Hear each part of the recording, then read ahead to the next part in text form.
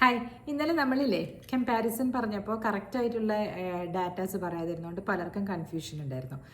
ആ, പണം ബാങ്കുകളിൽ വെക്കണോ അതോ ഗോൾഡ് വാങ്ങിക്കണോ എന്നുള്ളത് ഒരു സംശയവും വേണ്ട. ആ കണക്ക് എക്സാജറേറ്റഡ് കണക്കിലാണ് ഞാൻ 50 ലക്ഷത്തോളം എങ്കിലും ബാങ്കിലുണ്ടാകും എന്ന് പറഞ്ഞത് 50 വർഷത്തിന് ശേഷം. കാരണം അത് 5 വർഷം കൊണ്ട് ഇരട്ടിയാകുകയാണെങ്കിൽ മാത്രമാണ്, അതായത് 14.5% നമുക്ക് 10,000 രൂപയ്ക്ക് കിട്ടിയാലും മാത്രമാണ് 5 വർഷം കൊണ്ട് അത് ഇരട്ടിച്ച് 20,000 ആകുള്ളൂ. അങ്ങനെ 5 വർഷത്തിൽ 40, അങ്ങനെ അങ്ങനെ അങ്ങനെ അങ്ങനെ അങ്ങനെ ഒരു 50 ലക്ഷത്തിൻ്റെ അടുത്തോളം വരുന്ന കണക്ക് എത്തി 50 വർഷമായപ്പോൾ. പക്ഷേ അത്രയും വരുന്നില്ലല്ലോ, ഇൻഫ്ലേഷൻ ഉണ്ട് അതിൻ്റെ ഇടയിൽ. പിന്നെ 8% ചിലപ്പോൾ കിട്ടിയിട്ടുള്ളൂ, ചിലപ്പോൾ 6% കിട്ടിയിട്ടുള്ളൂ. അതേസമയം ഗോൾഡിന് കൺസിസ്റ്റൻ്റ് ആയിട്ടുള്ള ഗ്രോത്തുമാണ്. 75 പവൻ കിട്ടുമായിരുന്നു കേട്ടോ. അത് 22 രൂപ പെർ ഗ്രാം എന്ന് പറഞ്ഞത് 24 ക്യാരറ്റിൻ്റെ ആയിരുന്നു ആ ഡാറ്റ. അപ്പോൾ നോക്കുമ്പോൾ കറക്റ്റാണ് അവർ പറഞ്ഞത്. ഞാൻ തിരിച്ചു പോയി നോക്കി ഒന്നും കൂടി വായിച്ചിട്ട് വന്നാണ് നിങ്ങൾക്ക് ഒരു ക്ലാരിറ്റി തരാൻ വേണ്ടിയിട്ട്. സോ 10,000 രൂപ 50 വർഷങ്ങൾക്ക് മുമ്പ് ബാങ്കിൽ നിക്ഷേപിക്കുന്നതിന് പകരം ഗോൾഡിന് നിക്ഷേപിച്ചിരുന്നാൽ, അതായത് 75 പവൻ വാങ്ങിച്ചു വെച്ചിരുന്നുവെങ്കിൽ ഇന്നത്തെ വിലയനുസരിച്ച് ഗോൾഡ് തന്നെയാണ് ലാഭം കേട്ടോ. പക്ഷേ അത് എല്ലാവരും അങ്ങനെ ചെയ്യണമെന്നില്ലല്ലോ. പൈസയ്ക്ക് പൈസ വെക്കുന്നത് നല്ലത് തന്നെയാണ്. ഇത് പിന്നെ കൊണ്ടുപോയി വിറ്റിട്ട് അങ്ങനെയൊക്കെ പറയും എല്ലാവരും. But still gold versus bank എന്ന് പറഞ്ഞപ്പോൾ ഞാൻ പറഞ്ഞതാണ്. പക്ഷേ എല്ലാത്തിൻ്റെയും ഒരു ഈക്വൽ അനുപാതം വേണമെന്ന് ഞാൻ പറഞ്ഞു. ഓക്കെ, അപ്പോൾ ആ ക്ലാരിറ്റി കിട്ടിക്കാണുമല്ലോ. ഇനി അടുത്തത്, പണ്ടൊക്കെ പൈസ വിനിമയം ചെയ്തുകൊണ്ടിരുന്നത് ഏതിലാണെന്ന് നിങ്ങൾക്കറിയോ? ഏറ്റവും ചീപ്പസ്റ്റ് കമ്മോഡിറ്റി ആയിട്ടുള്ള സോൾട്ടിലാണ്. ഉപ്പാണ്. 1 ഔൺസ് ഉപ്പിന് 1 ഔൺസ് സ്വർണം കിട്ടുമായിരുന്നെന്ന് ഈജിപ്തിലൊക്കെ. കാരണം എന്താണെന്നറിയോ, പണ്ട് ഭക്ഷണ ലഭ്യത ഭയങ്കര കുറവ്. പിന്നെ ഭക്ഷണങ്ങൾ ക്യാരി ചെയ്യുമ്പോൾ ഒരു സ്ഥലത്തു നിന്ന് വേറൊരു സ്ഥലത്തേക്ക് കൊണ്ടുപോകണമെങ്കിൽ അത് പ്രിസർവ് ചെയ്യണം. അത് പ്രിസർവ് ചെയ്യണമെങ്കിൽ ഉപ്പ് നല്ലൊരു പ്രിസർവേറ്റീവ് ആണല്ലേ. അപ്പോൾ അതിൻ്റെ ലഭ്യത കുറവുകൊണ്ടും എന്ത് സാധനമാണ് അധികം ലഭ്യത ഇല്ലാത്തത് അതിനാണ് വില കൂടുക അല്ലേ. അപ്പോൾ അതുകൊണ്ട് ഉപ്പിന് ഭയങ്കര വാല്യൂ ആയിരുന്നു ആ സമയത്ത്. ഇന്നിപ്പോൾ 1 കിലോ ഉപ്പിന് 25 രൂപയേ ഉള്ളൂ. ആ 25 രൂപ കൊടുത്ത് 1 ഔൺസ് സ്വർണം കിട്ടുമോ അല്ലേ? അതാണ്, കാലങ്ങൾ മാറി വരും തോറും ട്രേഡിൻ്റെ സ്വഭാവം മാറി വരും എന്ന് പറഞ്ഞാൽ ആ കമോഡിറ്റിയുടെ സ്വഭാവങ്ങൾ മാറ്റം വരും. അവൈലബിലിറ്റി കൂടിയാൽ ചിലപ്പോൾ ഇതുപോലെ സ്വർണം ഒരു വർഷം നമുക്ക് എവിടെ നോക്കിയാലും സ്വർണം കുഴിച്ചെടുക്കാൻ പറ്റി കഴിഞ്ഞാൽ പിന്നെ അതിന് വാല്യൂ ഉണ്ടാവില്ല അല്ലേ. ഇപ്പോൾ ഉപ്പൊക്കെ എന്ന് പറഞ്ഞിട്ടുണ്ടെങ്കിൽ എങ്ങനെ വേണമെങ്കിലും ഉണ്ടാക്കാൻ പറ്റുമല്ലേ. സോഡിയം ക്ലോറൈഡ് അല്ലേ, പല രീതികളിൽ ഉണ്ടാക്കുകയല്ലേ. അപ്പോൾ സോ ദാറ്റ് മൈനിങ് വഴി ഉണ്ടാക്കുന്നുണ്ട്. സോൾട്ട് ഇഷ്ടം പോലെ അല്ലേ കടൽ വഴി ഉണ്ടാക്കുന്നത്. കടലിൽ നിന്നുള്ള ഡീസലൈനേഷൻ പ്ലാന്റ്സ് ഒക്കെ കണ്ടിട്ടില്ലേ, ഇപ്പോൾ കടൽ വെള്ളം ഉപ്പ് കളയാൻ വേണ്ടിയിട്ട്. അപ്പോൾ ഉപ്പിൻ്റെ യൂണിറ്റ് തന്നെ പോണ്ടിച്ചേരി അടുത്ത് കണ്ടിട്ടില്ലേ, ഇങ്ങനെ മല പോലെ കൂട്ടിയിട്ടുണ്ടാവും ഉപ്പ് പാടങ്ങൾ. അപ്പോൾ അങ്ങനെ ഉപ്പായിരുന്നു പണ്ട് ഈ പറഞ്ഞ മഹാലക്ഷ്മി. ഞാൻ ഈ മഹാലക്ഷ്മി എന്ന് യൂസ് ചെയ്യുമ്പം ചില ആൾക്കാർക്ക് അതെന്തിനാ സ്വർണത്തിന് വേറെ അല്ല പൈസയ്ക്ക് വേറെ പേരിട്ടൂടെയെന്ന് ഞാൻ കേട്ടു വന്നിരിക്കുന്നതാണ് കേട്ടോ ഞാൻ പറയുന്നത്, ക്ഷമിച്ചേക്കണം കേട്ടോ. അപ്പോൾ ഈ ഉപ്പ് നല്ല രീതിയിൽ നമ്മൾ വീടുകളിൽ വെക്കണം എന്ന് പറയാൻ വേണ്ടിയിട്ടാണ് ഞാൻ ഈ ഒരു ഹിസ്റ്ററിയും കൂടെ കൊണ്ടുവന്നത്. പണ്ട് പണത്തിന് പകരം ഉപ്പ് ഉപയോഗിച്ചിരുന്നത് കൊണ്ട് അതിനൊരു പണത്തിൻ്റെ മൂല്യം എപ്പോഴേക്കോ ചാർത്തപ്പെട്ടിരിക്കുന്നു കേട്ടോ.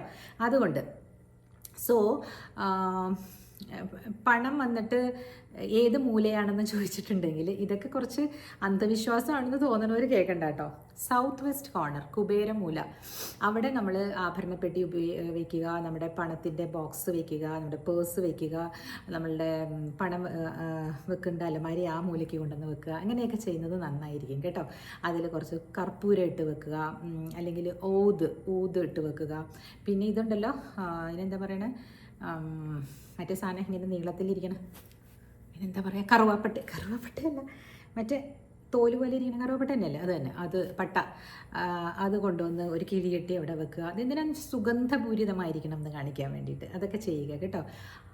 പറ്റുമെങ്കിൽ ഒരു നല്ല ക്രിസ്റ്റൽ പാത്രം നിറയെ ഉപ്പും വയ്ക്കുക എന്നാണ് പലരും പറയുന്നുണ്ട്. ഇതൊക്കെ നമ്മൾ ചെയ്യുന്നത് കൊണ്ട് നമുക്ക് ദോഷമൊന്നുമില്ലല്ലോ. ഇത് ആയിക്കോട്ടെ, അന്ധവിശ്വാസം ആയിക്കോട്ടെ, എന്നാലും അത് പണത്തിൻ്റെ ഒരു ലഭ്യത അല്ലെങ്കിൽ ഒരു വെൽത്ത് മൈൻഡ് സെറ്റ് ഉണ്ടാക്കാൻ വേണ്ടിയിട്ടാണ് കേട്ടോ ഞാനിതൊക്കെ പറയണേ.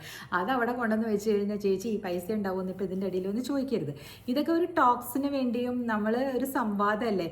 അപ്പോൾ ഞാൻ വിശ്വസിക്കുന്ന ചില പൊട്ടത്തരങ്ങളൊക്കെ ഉണ്ടല്ലോ, അതൊക്കെ ഒന്ന് പറഞ്ഞു. മാത്രം. ഇത് അന്ധവിശ്വാസം വളർത്തലാന്നൊന്നും വിചാരിക്കേണ്ട, അങ്ങനെ ചെയ്യാൻ ഇഷ്ടമില്ലാത്തൊരു ചെയ്യുകയും വേണ്ട കേട്ടോ. അല്ല, ഉപ്പ് എന്തുകൊണ്ടാണ് ഇങ്ങനെ ഒരു വീട്ടിൽ ഒഴിയരുതെന്നൊക്കെ പണ്ടുള്ള കാരണവന്മാർ പറയുന്ന കേൾക്കാം.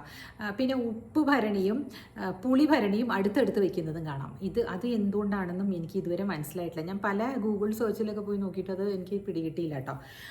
പിന്നെ സദ്ഗുരുവിൻ്റെ ടോക്സിലും പറയുന്നുണ്ടായിരുന്നു. സദ്ഗുരുവിൻ്റെയൊക്കെ വീട് മൈസൂരിലാണ്. അപ്പോൾ അവരൊക്കെ അവിടെ ഭയങ്കര ട്രഡീഷണൽ ആയിട്ടാണ് അത്ര ഈ കാര്യങ്ങളൊക്കെ ചെയ്തുകൊണ്ടിരുന്നത്. പണം കൈകാര്യം ചെയ്യുന്നതും എല്ലാം വളരെ ഭവ്യതയോടു കൂടി ചെയ്യുമായിരുന്നു. പല ടോക്സിലും ഞാൻ കേട്ടതാട്ടോ. അതിനകത്ത് പറയുന്നുണ്ടായിരുന്നു ഇങ്ങനെ ഗ്രാൻഡ്മ എല്ലാം വെള്ളം രാത്രി കുടിക്കാൻ വേണ്ടിയിട്ട് അവർ ഈ മറ്റേ ചെമ്പ് കുടങ്ങളില്ലേ, ഇങ്ങനെ കുടിക്കാനുള്ള മൺകുടങ്ങൾ ചെമ്പ് കുടങ്ങളിലൊക്കെയാണ് ശേഖരിച്ച് വെക്കുക.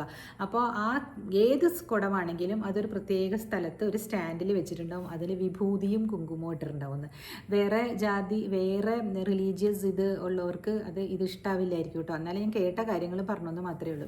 അദ്ദേഹം ഉദ്ദേശിച്ചത് എന്താണെന്ന് വെച്ചാൽ ഇതൊരു പൂജനീയമായ നമ്മൾ കുടിക്കുന്ന വെള്ളമല്ലേ, അതുകൊണ്ട് നിങ്ങൾ വിചാരിക്കുന്ന നിങ്ങൾ ഫോളോ ചെയ്യുന്ന മതത്തിനനുസരിച്ചുള്ള രീതിയിൽ ആ വെള്ളത്തെ, അപ്പോൾ ആനാം വെള്ളം എന്ന് പറഞ്ഞിട്ട് തളിക്കുന്നില്ലേ, ഇതൊക്കെ വെള്ളം തന്നെയല്ലേ, വെള്ളത്തിന് ആ പ്രോപ്പർട്ടി ഉണ്ടെന്നാണ് പറയുന്നത്. അബ്സോർബ് ചെയ്യാൻ പറ്റും നമ്മുടെ വികാരങ്ങളെ. അതുകൊണ്ടാണ് അവരങ്ങനെ പറയുന്നത്. അപ്പോൾ നമ്മുടേതായ രീതിയിലുള്ള ഇപ്പം അറബിക് വേർഡ്സ് എന്തെങ്കിലും അതിൽ എഴുതി വെച്ച് അതിൽ ശുദ്ധീകരിക്കാൻ പറ്റുന്നതാണ്, അങ്ങനെയൊക്കെ ചെയ്തോളൂ.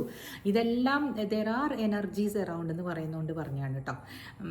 പിന്നെ വേറെ എന്തായിരുന്നു ഞാൻ പറയുന്നത്? അപ്പോൾ അതുകൊണ്ട് ഈ ഉപ്പും പിന്നെ ഈ പറഞ്ഞ എന്തായിരുന്നു ഉപ്പും പുളിയും അടുത്തടുത്താണ് എപ്പോഴും വീടുകളിൽ പാചകങ്ങളിൽ വെക്കുക എന്ന് പറയാറുണ്ട്. എൻ്റെ വീട്ടിലും അങ്ങനെ വലിയമ്മച്ചി വെച്ചേക്കുന്നത് ഞാനും കണ്ടിട്ടുണ്ട്. ഞാനും അതുകൊണ്ട് ഇവിടെ അങ്ങനെ കൊണ്ടുവന്ന് വെച്ചിട്ടുണ്ട്. പിന്നെ അതേപോലെ തന്നെ അരി കേട്ടോ, അതെനിക്ക് ഞാൻ മദ്രാസിലെ വീട്ടിലൊക്കെ ഞാൻ വെച്ചിട്ടുണ്ടായിരുന്നു. ആ വലിയ ഒരു അരി ഇടാൻ വേണ്ടിയിട്ട് ഒരു വലിയ സ്ഫടികത്തിൻ്റെ ഭരണി പോലത്തെ ഒരു പാത്രം. എന്നിട്ട് അതിൽ ഞാൻ നിറച്ച് അരി, അതിൽ 2 തരം അരിയാണ് ഞങ്ങൾ ഉപയോഗിക്കുന്നത്. ആ 2 അരിയും ഞാൻ നിറച്ചെപ്പോഴും വെക്കുമായിരുന്നു കേട്ടോ. കുറയുമ്പോൾ അത് ഉപയോഗിച്ച് കഴിഞ്ഞിട്ടാണ് കേട്ടോ നിറയ്ക്കുക. അല്ല ഞാൻ പറയാം, അതിൽ നിറച്ച് വെക്കുന്ന ഈ സ്ഫടിക പാത്രത്തിൽ വെക്കുന്നത് നല്ലതെന്ന് ഫുങ്ഷുവേക്കാരും അവിടെയോ പറയണ്ടായിരുന്നു. സോ ഇതൊക്കെ ഒരു ചെറിയ ഐറ്റംസ് പറഞ്ഞേ ഉള്ളൂ കേട്ടോ. അതിന് വേണ്ടിയിട്ട് എന്നോട് ദേഷ്യമൊന്നും തോന്നല്ലേ, നിങ്ങൾ എന്തിനാ ഇങ്ങനത്തെയൊക്കെ പറഞ്ഞു തരുന്നതെന്ന്. കാരണം കഴിഞ്ഞ പ്രാവശ്യം ഞാൻ പറഞ്ഞില്ലേ, മഹാലക്ഷ്മി ഓടിപ്പോകും, കെട്ടിയിടുന്നത് ഇഷ്ടമല്ല എന്ന് പറഞ്ഞത് പലർക്കും ഇഷ്ടമായില്ല. ഞാനൊരു പിശുക്കൊന്നുമല്ല, ഞാൻ പിശുക്ക് ജീവിച്ച ആളുമല്ല, പിശുക്കാൻ ഞാൻ പറയുന്നതുമല്ല. ഞാൻ പറഞ്ഞത് ക്വാളിറ്റിയുള്ള സാധനങ്ങൾ വാങ്ങിക്കണം. പിന്നെ ഞാൻ ഒരുപാട് ചിലവാക്കാനും അല്ല പറയുന്നത്. പിശുക്കുകയും ചിലവാക്കുകയും രണ്ടിൻ്റെയും മധ്യത്തിലൂടെ ഒരു മിഡിൽ പാത്തായിരിക്കണം നമ്മൾ ഉപയോഗിക്കേണ്ടതെന്നാണ് ഞാൻ പറഞ്ഞു വരുന്നത്. കാരണം എന്താണെന്ന് വെച്ചാൽ ചിലരിതിൽ പറയുന്നുണ്ടായിരുന്നു, ഇവർ പറയുന്നത് കേട്ട് കയ്യിലുള്ളതൊക്കെ എടുത്ത് ചിലവാക്കല്ലെന്ന്. ഞാൻ എവിടെയാണ് പറയുന്നത് സുഹൃത്തുക്കളെ, കയ്യിലുള്ളത് മുഴുവനും എടുത്ത് ചിലവാക്കി ജീവിക്കുമെന്ന്? ഞാൻ പറയുന്നത് ഒരു കാര്യമാണെങ്കിലും, ഞാൻ അന്ന് പറഞ്ഞത് അരിപ്പയുടെ കാര്യമാണ്. ആ അരിപ്പ നിങ്ങൾ ആ ചൈനീസ് അരിപ്പ വാങ്ങിച്ച 5 രൂപയുടെ 10 രൂപയുടെ ഒന്നും വാങ്ങിച്ച് നിങ്ങളുടെ ആരോഗ്യം കെടുത്താതിരിക്കുക. 200 രൂപയുടെ സ്റ്റീലിൻ്റെ അരിപ്പ വാങ്ങിച്ചാൽ അതൊരു 3 വർഷമൊക്കെ ഉപയോഗിക്കാം. അത് കഴുകി എടുത്താൽ മതി. മറ്റത് പറ്റില്ല. അതാണ് ഞാൻ ഉദ്ദേശിച്ചത്. ഒരു 2 മിനിറ്റ് 3 മിനിറ്റിൻ്റെയൊക്കെ ചെറിയ ശകലങ്ങളായിട്ട് പറയുമ്പോൾ ഇത്രയും എക്സ്പ്ലെയിൻ ചെയ്ത് പറയാൻ പറ്റില്ലല്ലോ. അതുകൊണ്ടാണ് ഞാൻ ആ ടോപ്പിക്സൊക്കെ പിന്നെയും ഇതിലേക്ക് പറയുന്നത് കേട്ടോ. അപ്പോൾ ഇന്ന് ഞാൻ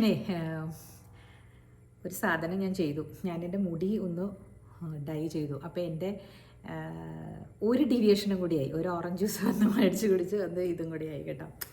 സാരമില്ല അല്ലേ, ഒരുപാടൊന്നും ഡീവിയേറ്റ് ചെയ്തില്ല. ബട്ട് മിനിമലിസത്തിൻ്റെ റൂട്ടിൽ സഞ്ചരിക്കുന്നവർ അതുപോലെ തന്നെ പോട്ടെ. എന്നിട്ട് നിങ്ങൾക്ക് അതിൽ കിട്ടുന്ന ആ ഒരു സന്തോഷം ഒന്ന് നോക്കൂ. നിങ്ങൾ എണ്ണി വെച്ച് നോക്കൂ നിങ്ങളുടെ എമൗണ്ട് കേട്ടോ. എനിക്ക് കിട്ടിയ എമൗണ്ട് ഞാൻ ചിലവാക്കാതെ വെച്ചത് കൊണ്ട് എനിക്ക് കിട്ടിയ എമൗണ്ട് നിങ്ങളെ പറഞ്ഞു കേൾപ്പിക്കാം. 30-ാം തീയതി പറയാം, അല്ല 1-ാം തീയതി പറയാം, ഏപ്രിൽ 1-ാം തീയതി പറയാം. എന്നിട്ട് ഞാനത് എന്താണ് ചെയ്യാൻ പോകുന്നതെന്ന് ഞാൻ നിങ്ങളോട് പറയാം കേട്ടോ. അത് കഴിഞ്ഞ് പിന്നെ നമ്മളിത് ഈ ചാലഞ്ച് വിടുകയാണ്. നിങ്ങൾക്കത് കണ്ടിന്യൂ ചെയ്യുകയോ നിങ്ങളുടേതായ രീതിയിൽ സേവിങ്സ് ചെയ്യുകയോ ഒക്കെ ചെയ്യാം കേട്ടോ. എല്ലാവർക്കും ഈ പറഞ്ഞ പോലെ ഇന്നലെ പലർക്കും പല രീതിയിലായിരിക്കും.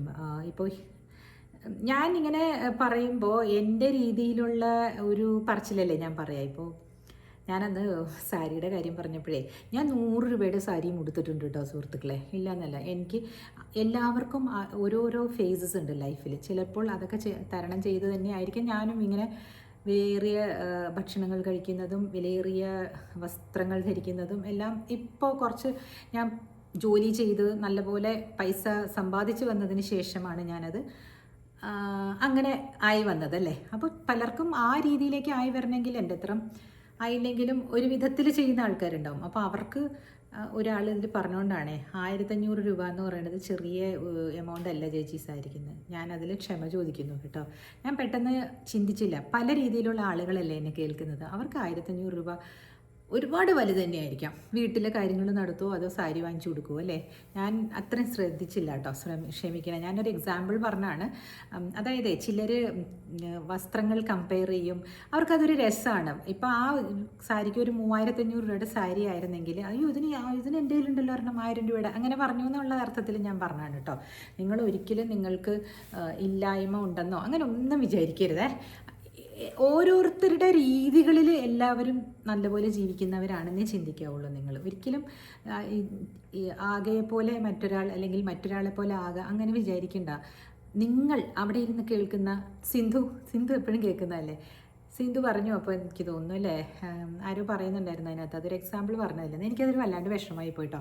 കാരണം എന്താണെന്നറിയോ, ശരിയാണ്, ആർക്കാണ് സാരികളെ പറ്റിയും ഇതൊക്കെ ശ്രദ്ധയുണ്ടാകുക. വീടിൻ്റെ അന്നന്നത്തെ കാര്യങ്ങൾ നോക്കുന്ന സ്ത്രീകളും കാണുമല്ലോ. എൻ്റെ മനസ്സിൻ്റെ ഉള്ളിൽ നിന്ന് സോറി പറയുന്നു. ഓക്കെ, ശരിയാണ്. നമ്മളിവിടെ വന്നിരുന്ന് പറയുമ്പോൾ ഒരു വലിയ പരിച്ഛേദം ആളുകളാണ് എൻ്റെ മുമ്പിലിരുന്നത് കേൾക്കുന്നത്. ചില സമയത്ത് ഞാൻ ഈ മനുഷ്യനല്ലേ പടപടാന്ന് പറഞ്ഞങ്ങ് പോകും ചിലപ്പോൾ പറയുന്നതിന് മുഴുവനും കേട്ടോ. ഞാൻ എപ്പോഴും പറഞ്ഞു വന്നുകൊണ്ടിരുന്നത് അഫോർഡബിൾ ആയിട്ടുള്ള ആൾക്കാർക്ക്, അഫോർഡ് ചെയ്യാൻ പറ്റുന്നവർക്ക്. ഇപ്പം ഞാൻ പറയുന്നത് ഇതും എക്സാമ്പിളാണേ. ഇപ്പോൾ ചോദിക്കും ആരാണ് ചേച്ചി 5000 രൂപയുടെ സാരി വാങ്ങിക്കുന്നത്? അങ്ങനെയല്ല കേട്ടോ. 5000 രൂപയുടെ ഒരു സാരി വാങ്ങിച്ചാൽ നിങ്ങൾക്ക് 50 വർഷം ഉപയോഗിക്കാം.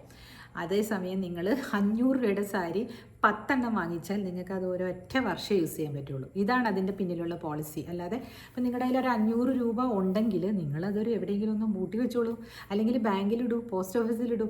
എന്നിട്ട് അത് 5000 രൂപയാകുമ്പോൾ നിങ്ങളൊരു സാരി മേടിച്ച് കൊടുത്ത് നോക്കും. ഭയങ്കര ഒരു ഇത് തോന്നും, എന്താ പറയണേ. അപ്പോൾ എല്ലാവരും വിചാരിക്കുക ചേച്ചി ഞങ്ങൾക്ക് അങ്ങനെ പറ്റാത്തവർ ചെയ്യേണ്ട കേട്ടോ. അതിൽ നിങ്ങൾക്ക് അതിലൊരു സന്തോഷവും കിട്ടുന്നില്ല, നിങ്ങൾക്ക് വേറെ പല കാര്യങ്ങൾ ചെയ്യാനുണ്ടെങ്കിൽ അത് ചെയ്തോളൂ. ഇത് ചെയ്യുന്നത് സമൂഹത്തിൽ ചിലപ്പോഴൊക്കെ അനിവാര്യമാണ് ഇതെല്ലാം. ഈ ഡ്രസ്സിങ്ങും അങ്ങനെ ഇപ്പം എനിക്ക് ഡ്രസ്സ് ചെയ്യാതെ എനിക്ക് എൻ്റെ ആ ഒരു ചുറ്റുവട്ടത്ത് പോകാൻ പറ്റില്ല. ലൈക്ക് ഇപ്പോൾ ഞാൻ കോടതി പോവുകയാണെങ്കിൽ അല്ലെങ്കിൽ ഒരു മീറ്റിങ്ങിന് പോവുകയാണെങ്കിൽ ഒക്കെ ഐ ഹാവ് ടു അല്ലേ. നിങ്ങൾ ഈ പറയുന്ന തരത്തിൽ ചീപ്പായിട്ട് എനിക്ക് അത് ഓരോരുത്തരുടെ രീതികളാണ്, ഓരോരുത്തരുടെ അവസ്ഥകളാണ്. ചീപ്പായിട്ടെന്ന് പറയുമ്പോൾ നിങ്ങൾ ഫീൽ ചെയ്യരുത് ദൈവത്തെ ഓർത്ത്. 1500 രൂപയുടെ സാരി ഉടുക്കേണ്ടടുത്ത് അത് ഉടുക്കുക തന്നെ വേണം ഇങ്ങനെ ജോലി ചെയ്യുമ്പോൾ. കാരണം നമുക്ക് അതനുസരിച്ചുള്ള റിട്ടേൺസ് കിട്ടുന്നുണ്ടല്ലോ. അതേസമയം കഷ്ടപ്പെടുന്നവർക്ക് അത് പറ്റില്ല. ഒരു ബേക്കറിയിൽ പോയി ജോലി ചെയ്യുന്നെടുത്ത് കൊടുക്കുന്ന സ്ത്രീക്ക് അത് ചിലപ്പം ബുദ്ധിമുട്ടായിട്ട് തോന്നിയേക്കാം. സോ അത് കമ്പാരിസൺ ചെയ്യേണ്ട. ഒരു ആളുടെ ജീവിതവും മറ്റൊരാളുടെ ജീവിതമായിട്ട് കമ്പയർ ചെയ്യാനേ പാടില്ല. അത് ക്വസ്റ്റ്യൻ പേപ്പേഴ്സ് എപ്പോഴും ഡിഫറെൻ്റ് ആയിരിക്കും. ആൻസേഴ്സ് കോപ്പി അടിക്കരുതെന്ന് ഞാൻ അതിനാണ് എപ്പോഴും പറഞ്ഞുകൊണ്ടിരിക്കുന്നത്.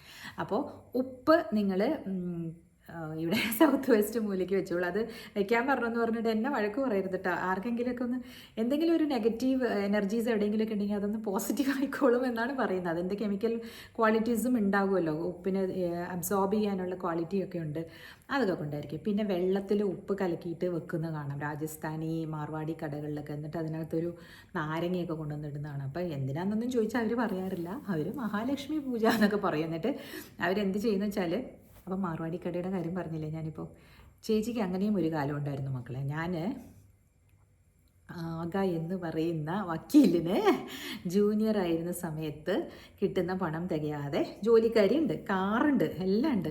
ഞാൻ എൻ്റെ മോളുടെ കയ്യിൽ ഉണ്ടായിരുന്ന കുഞ്ഞു കാരണം നമ്മൾ വലിയ ബാങ്കുകളിൽ പോയാൽ വെയിറ്റ് ചെയ്യണം, ചെറിയ ഐറ്റംസ് ഒന്നും എടുക്കില്ല. മോളുടെ അടുത്ത് അയ്യോ ഞാനെന്തോ അടുപ്പിൽ വെച്ച് കരിഞ്ഞു പോയിട്ടുണ്ട് കേട്ടോ, സോറി. അപ്പോൾ ഇതുകൊണ്ട് നിർത്തുകയാണ് ഞാൻ. അങ്ങനെ ഞാനും ഇതെല്ലാം ചെയ്ത് ഞാനും അതൊക്കെ കഴിഞ്ഞ് വന്ന ആളാണ്. ഹാർഡ് വർക്ക് ചെയ്യേണ്ടെന്നൊക്കെ ആളുകൾ പറയും. ഹാർഡ് വർക്ക് തന്നെ ചെയ്യണം. നമ്മൾ മൾട്ടി ടാസ്കിങ് ഒക്കെ ചെയ്യേണ്ടി വരും കേട്ടോ. സോ ഇനി അടുത്ത ടോപ്പിക്കുമായിട്ട് വരാം. കരിഞ്ഞ സാധനം റെഡി ആക്കട്ടെ കേട്ടോ. ഓക്കെ, ബായ്, നാളെ കാണാം.